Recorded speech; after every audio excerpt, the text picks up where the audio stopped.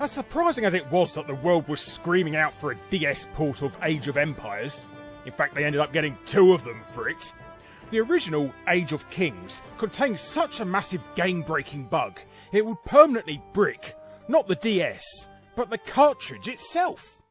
The glitch itself is triggered if you happen to enter a name at the start of the game with less than 4 characters, which is quite a bizarre action to provoke a bug, but this would cause the game to corrupt save files, slow the frame rate down to a snail's pace, or just freeze the game entirely.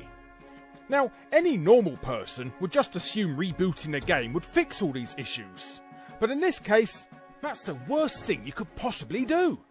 Turning the game back on in this state would brick the cartridge entirely, unable to progress further than the copyright screen, with absolutely zero way to fix the situation. Of course, players were up in arms about such a massive bug, and flooded the publisher Majesco's forums en masse.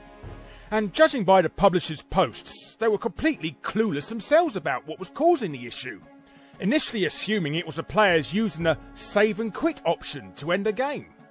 Eventually, Majesco did manage to pinpoint the reason so many broken cartridges were being returned to them.